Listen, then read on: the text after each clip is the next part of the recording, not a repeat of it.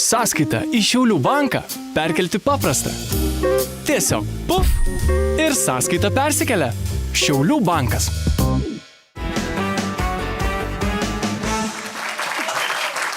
Sveiki visi! Visi, kas dar esate gyvi po ilgojo vėlinio savaitgalio.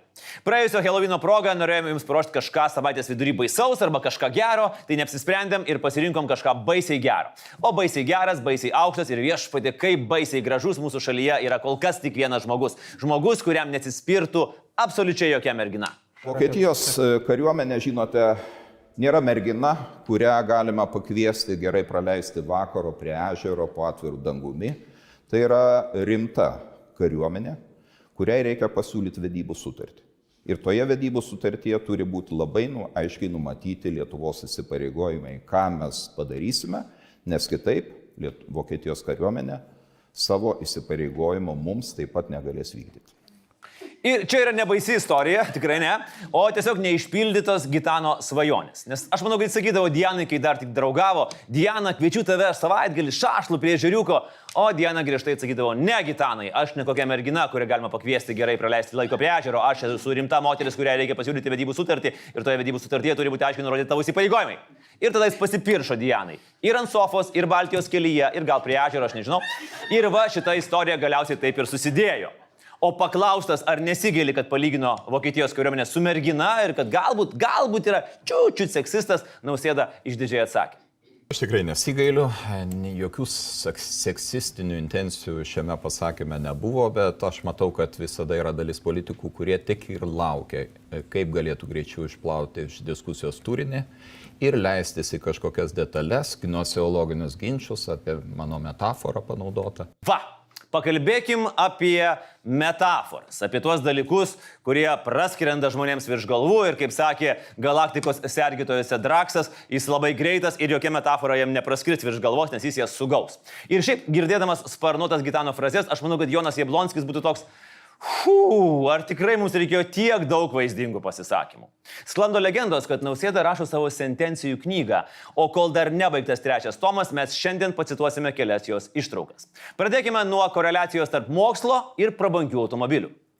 Jeigu jūs kažko tai neišmoksite, praleisite savo gražiausius gyvenimo metus, jūs įsėsite į blogą automobilį, kuris galbūt dar ir neužsives, nes tiesiog variklis nedirba.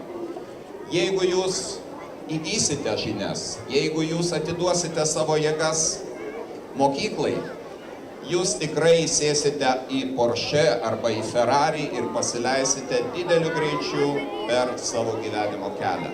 Nežinau, ar tikrai reikėtų reklamuoti didelį greitį, bet čia tikrai galėtų būti Robino Šarmos knygos Vienuolis, kuris pardavė Ferrari reklama, arba Visvaldo Matijošaičio biografijos ištrauka. Tik patys mokytojai turbūt ne iki galo suprato, o tai palauk, o kur mūsų Ferrari? Mes taip gerai mokėmės, kad vat kitus mokom, o Ferrarių mokyklų kiemuose nematyt. Dar pastebėsiu, kad Nausėda pats Ferrario irgi neturi. O štai politologams nuo prezidento kliuvo griežčiau.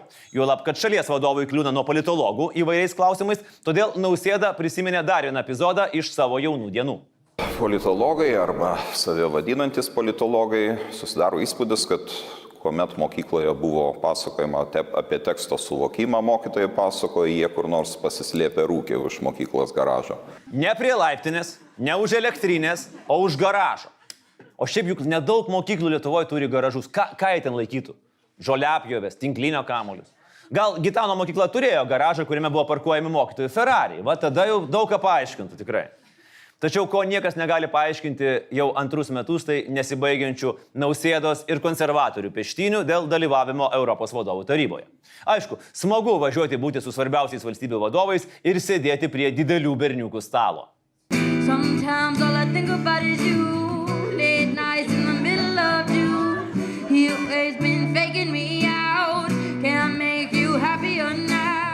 Bet ar tikrai verta taip kalbėti apie žmonės, su kuriais tu kartu dirbi? Norint važiuoti į Briuselį, reikia turėti tam tikrą padarytų darbų skrynelę. Šiuo metu vyriausybės skrynė yra visiškai tuščia.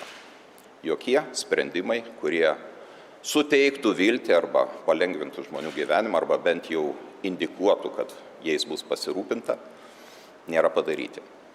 Kitaip tariant, jeigu važiuoji į Briuselį, tai turi susikrauti lagaminą. Šitame lagamine dabar nėra net dantų šepetėlių. Sakyčiau, kad dantų šepetėliui lagamino nereikia. Nu kam lagaminas? Jis puikiai telpa į rankinį bagažą, į pederastkę galų galę.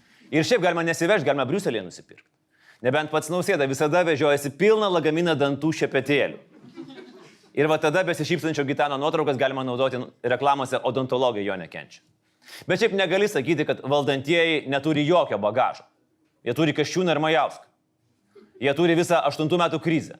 Ten jau toks yra politinis bagažas, kad dar reiktų pasistengti dantų šepetuką kažkur įkišti. O 5 mūsų topo vietoje frazė, kurią Gitanas išsitraukė tiesiai iš vadovėlių apie viduramžius, gindamas kunigą Toletą, kuris įsitraukė į ginčius apie Stambulo konvenciją. Lietuvoje susiformavo viešoji inkvizicija.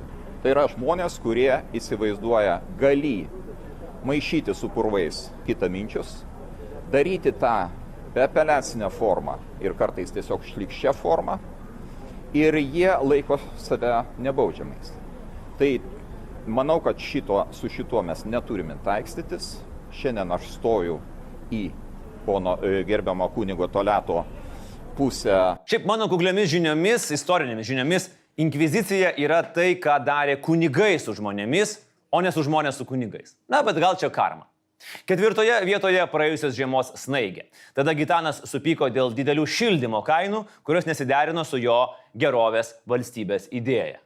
O mama, kaip nebaisiai dabar skamba tos praeitos žiemos kainos, ar ne? Vyriausybei pasiūlius kompensacijas Gitanas nebuvo labai patenkintas. Tai truputį panašu į Nabašniko pašlakstymą žaliai arbata. Kas yra Nabašniko šlakstymas žaliai arbata? Ar čia yra metafora apie bevertį ir nenaudingą darbą? Nu ne, tada Gitanas būtų pasakęs Sizifo darbas. Gal čia kažkoks alternatyvus gydymo metodas, kodėl arbata būtent žalioji? O jeigu šlakstyt juoda, vaisinę, matė arbata? Ką daryti, jeigu Nabašnikas iki to labiau mėgo kavą? Gal suveiktų pašlakstymas su pumpkin spice latte? Tiek klausimų, nulis atsakymų. 3 ir 2 vietas dalyjasi prezidento suvokimas apie gyvybės užsimezgimą ir kūdikystę. Komentuodamas siūlymą keisti Seimo pirmininkas ir premjerės apsaugą, jis pareiškė, kad čia tas pats, kas būti truputį nėščiam. Negalim tokių žaidimų žaisti, kad būti truputį nėščiam. Kas nuskambėjo keistokai, nes šiaip turėjo būti truputį nėščiai. Gali būti, kad per anatomijos pamokas prezidentas rūkė už garažo. O filmą Jaunėlis su Švarcu žiūrėjo kaip dokumentiką. 140 beats a minute. Perfectly normal. In fact, everything's perfectly normal. Except for the fact that the mom is also the dad. 2 vietoje dar daugiau klausimų kelianti prezidento frazė. Vyriausybė pasiūlė reformuoti valstybės tarnybos sistemą, perskaičiuoti atlyginimus, kas pakeltų atlyginimą ir pačiam prezidentui. Na, jis šios reformas gal taip tiesiai tada jau nekritikavo, bet pasakė štai ką. Tik aš ko bijau, kad kartu su vandenį iš vonelės neišpiltume ir kūdikio. Kaip? Kas šitoje vietoje yra kūdikis, kas yra vonelė? Kas yra vanduo? Prie ko čia valstybės tarnyba? Ar vonelė yra valstybės tarnyba? Ar kūdikis yra valstybės tarnyba? Na, bet kuriuo atveju, žiūrėkit, čia yra praktinis patarimas, kad nesakytumėt, kad mes, tik tai teorinės tokias žinias jums duodam. Jeigu jūs, mėly draugai, kartais atsidurtumėt va tokioje situacijoje, jūs galite tai būti, kad Nausėda pasisiūlytų jums padėti išmaudyti kūdikį, atsisakykit. Ačiū, bet ne. Na, o 1 vietoje frazė, kurios per daugiau nei metus niekam išsiaiškinti nepavyko. Pernai bežiūrint klipukus, kaip skiepėsi Šimonytė, Nausėda, Dulkys ir kiti politikai, Facebook'ui ir iš už garažo grįžusiems politologams natūraliai kilo klausimas, o kur Dianos Nausėdienės klipukas? Kai šis klausimas kilo pačiam Gabrieliui Landsbergiui, Nausėda nebeatlaikė ir tada uždavė Gitanas tautai mįslę.